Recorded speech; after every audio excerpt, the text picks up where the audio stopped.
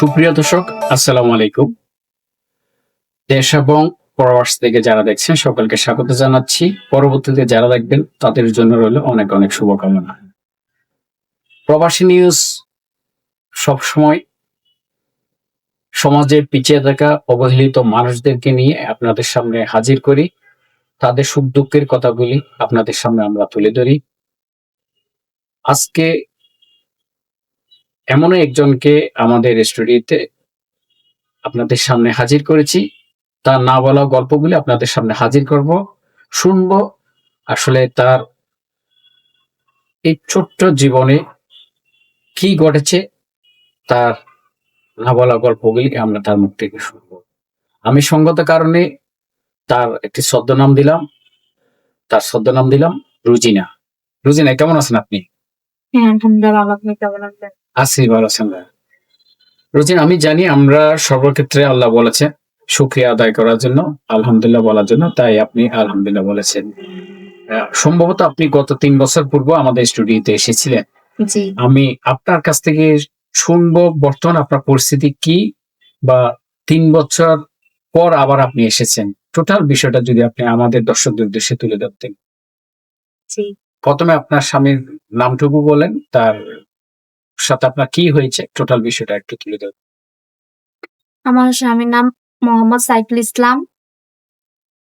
ওর সাথে আমি পারিবারিক ইতে বিয়ে করি। কত সালে আপনাদের বিয়ে হয়? বিয়ে হয় ২৯ তারিখ ১০ মাস ২০১৯ সালে। 2019 সালে। জি। এখন হচ্ছে 26, প্রায় ৬ বছর ৭ বছর রানিং চলে, ৭ বছর রানিং। জি। তারপর প্রায় ২ বছর ভালোই কাটছিল। কিন্তু এর মধ্যে আমার যৌতুকের জন্য অনেক মারধর করে, নির্যাতন করে। বিদায় যখন যেটা চাই ওটা দিতে বাধ্য হয়েছি সামাজিক দৃষ্টিতে। কারণ আমাদের দেশে এরকম এটাই চলতেছে। এটার জন্য বাধ্য হয়ে যখন যে কয় টাকা চাইছে এনে দিছি। শেষ এমন করতে ৪-৫ বছর করছে, করার পর আমি বাধ্য হয়ে পারতেছি না বলে আমি আমার বাপ বাড়িতে চলে যাই। যৌতুকের জন্য মারধর করে বের করে দেয়। এরপর আমার অজান্তেও বিয়ে করে ফেলে। ওই ওয়াইফটাকে আমার শাশুড়ি মেনে নেয়। আমি অর্থাৎ বিয়ে যে করছে আপনি জানতেন না? জি না, ওটা আমি জানতাম না। আমার যতটুকু স্মরণ পড়ে আপনি ৩ বছর পূর্বে মানবাধিকার অফিসে আসছিলেন। জি। তখন কি হয়েছিল একটু বলবেন?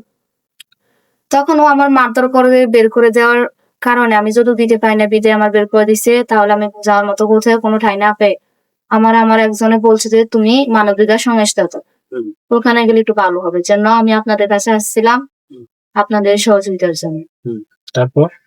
তারপর আপনাদের সহযোগিতা নিয়ে আমি অনেকদিন দেখছি যে ও বিয়ে করছে, যাওয়ার হয়ে গেছে, থাক। আমার হাজবেন্ড বিয়ে করছে গিয়েছে, আমি মেনে নিছি।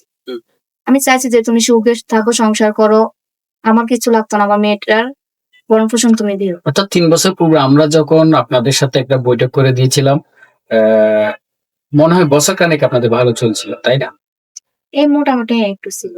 তারপর কি হয়েছে? তারপর ও আলাদা হয়ে যায়, কিন্তু আমার কোনো খোঁজ খবর নেয় না, মেয়েরও কোনো খোঁজ খবর নেয় না, বার পোষণের কোনো দায়িত্ব নেয় না। বিদায় আমি আবার আপনাদের কাছে আসছিলাম, কিন্তু আপনারা তখন আমাকে বলছেন যে তুমি একটা মামলা করো। এটার জন্য আমি বাধ্য হয়ে মামলা করতে ওর জন্য কোর্টে যাই। ওইখানে মামলা করার পর ওনাকে প্রথম অভিযোগ জানানো হয় যে তোমার ওয়াইফ কোর্টে একটা অভিযোগ জানাইছে, কিন্তু ওইটার পাত্তা দেয় না। পাত্তা না দেওয়ার কারণে ও এখান থেকে কি করছে, ও আমার দেশের বাড়িতে যায় বললো, যাই ওইখানে আর আপনজন বিভিন্ন মানুষ দিয়ে আমার পরিবার কাছে পাঠায় যে আমি বসে এটা মিটমাট করে দিই। তখন আমি ওকে উত্তর দিছি যে তুমি চট্টগ্রাম আসো, যা হয় কোর্টে হবে, এখানে আমি মামলা করছি। কিন্তু ওইটা আমি একটু আপনাকে থামাতে চাই। আপনাদের সাথে পারিবারিক বৈঠক মনে হয় এর আগেও ৪-৫ বছর আগে হয়েছিল, মানবাধিকার অফিসে আসার আগে বেশ কয়েকবার হয়েছিল। জি। সে কিন্তু সেই কথা কি রক্ষা করেনি? জি না। তারপর আমরাও তো একবার ৩ বছর পূর্বে আপনাদের সাথে মোটামুটি একটা বসে আমাদের অফিসে আমরা একটা বৈঠক করে সামাজিকভাবে যেটা করে দেওয়ার করে দিয়েছিলাম। তারপর আপনার একটা বছর মতো মোটামুটি চলছিল, কিন্তু তার পরবর্তী এসে আবার এমন কি ঘটনা ঘটে গেছে আপনাকে মামলায় যেতে হলো? ও এরকম কাজ করছে যে আমি বাধ্য হয়েছি বলতে, ও আমাকে অনেক মারধর করতো। কথা বলতো যে যৌতুক বা তোমার বাপের বাড়িতে টাকা আনো, এটা করো সেটা করো, যদি না দিতাম ও আমার মারধর করতো, কথার কথা। এমনকি মেয়ের বর পোষণ ও নিতেছে। আচ্ছা, আপনার তো একটা কন্যা সন্তান রয়েছে, এখন তার বয়স কত?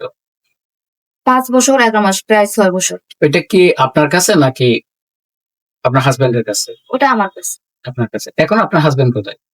ও এখন কোথায় আছে সেটা আমি এখনো জানি না। বিদায় আমি কিছু জানতে পারি না। মামলা ওয়ারেন্ট হয়েছে এটা আমি জানি। কিন্তু ওরা অনেক খুঁজতেছে। না পাওয়ার বিদায় আমি আপনাদের কাছে আবার আসছি। আচ্ছা, আচ্ছা। অর্থাৎ আপনি আপনার হাসব্যান্ডের সন্তান। আপনার শাশুড়ি তো এখানে চট্টগ্রাম থাকে। আপনার সাথে কি যোগাযোগ আছে? আমার সাথে যোগাযোগ নাই বলতে আমার মাঝে মধ্যে কথা হয়। কিন্তু আমি বলি না। পাশের মানুষদেরকে দিয়ে বলাইতেছি। কিন্তু আমাকে বলতেছে যে উনার ছেলের সাথে উনার কোনো যোগাযোগ নাই। কিন্তু আমার জানা সত্ত্বেও উনার সাথে যোগাযোগ আছে বিদায় আমার হাসব্যান্ড এতটুকু সীমানা যেতে পারছে যে এতটুকু কাজ করতে পারছে যে আমার কাছে যোগাযোগটা পর্যন্ত বন্ধ। আচ্ছা, আপনার হাসব্যান্ড ২য় এখন যে বিয়েটা করছে, এটা এখন কোথায় রয়েছে? এটা আমি জানি না। কিন্তু আমার এই অনুযায়ী বোঝা যায় যে আমার শাশুড়ির কাছেই আছে। আপনার শাশুড়ির কাছে। আচ্ছা, আপনার শ্বশুরবাড়ির একটু ঠিকানাটা কি বলবেন? আমার শ্বশুরবাড়িও আমার ডিস্ট্রিক্টে ভোলাতে। হয় আমাদের বাসা থেকে ওদের বাসা কত বেশি দূরত্ব না, 20 কিলোমিটার হবে। আচ্ছা, যাক। উনার একটু অ্যাড্রেসটা বলেন, যেহেতু আপনি আপনার স্বামীকে খুঁজতেছেন। নাম মোহাম্মদ সাইফুল ইসলাম, পিতার নাম আব্বাস মিয়া, মার নাম জোসনা বেগম। ওরা কতদিন ধরে চট্টগ্রাম আছে? ওরা চট্টগ্রাম প্রায় 15-16 বছর হবে। ১৫-১৬ বছর ধরে আছে। অর্থাৎ বর্তমানে আপনার স্বামী ওয়ারেন্ট আছে, কিন্তু পুলিশ খুঁজে পাচ্ছে না। এই তো না? জি। আচ্ছা, আচ্ছা, আচ্ছা। আর এখন এই মুহূর্তে আসলে আপনি কি চাইতেছেন? একটু বলবেন? আমি চাইতেছি যে 4 হয়ে গেছে, যাক ওটা নিয়ে সমস্যা না। ও আসুক, কোর্টে রায় যেটা দেয় এটা অনুযায়ী আমি কাজ করব। আর আপনার মেয়ের বিষয়ে কি বলবেন? আমার মেয়ের বিষয় বলতে কি আমি আমার অধিকার চাই, আমি আমার মেয়ের অধিকার চাই এটাই। এটাই।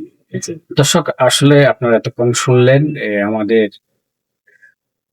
যে ছদ্মনাম দিয়েছিলাম রুজিনা, রুজিনার না বলা গল্পগুলি। রুজিনা আসলে ৩ বছর পূর্বে আরো একবার আমাদের এখানে এসেছিল। পরবর্তীতে আমরা বসে সামাজিকভাবে বসে, আপনারা জানেন আমি যেহেতু হিউম্যান রাইটস নিয়ে কাজ করি, আমরা একটা মীমাংসা করে দিয়েছিলাম।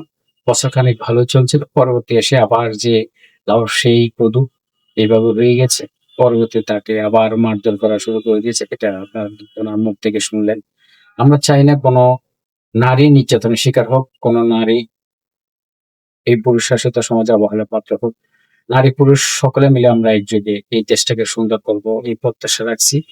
আমরা চাই না কোনো নারী আবারও কোথাও নির্যাতনের শিকার হবে। আজকের মতো এখানে শেষ করছি। আবারও নতুন কোনো বিষয় নিয়ে আপনাদের সামনে হাজির হব, বা কোনো নারী বা কোনো পুরুষের না বলা গল্প নিয়ে আপনাদের সামনে হাজির হব। সে সকলে ভালো থাকবেন, সুস্থ থাকবেন, নিরাপদে থাকবেন। ধন্যবাদ সকলকে। আসসালামু আলাইকুম।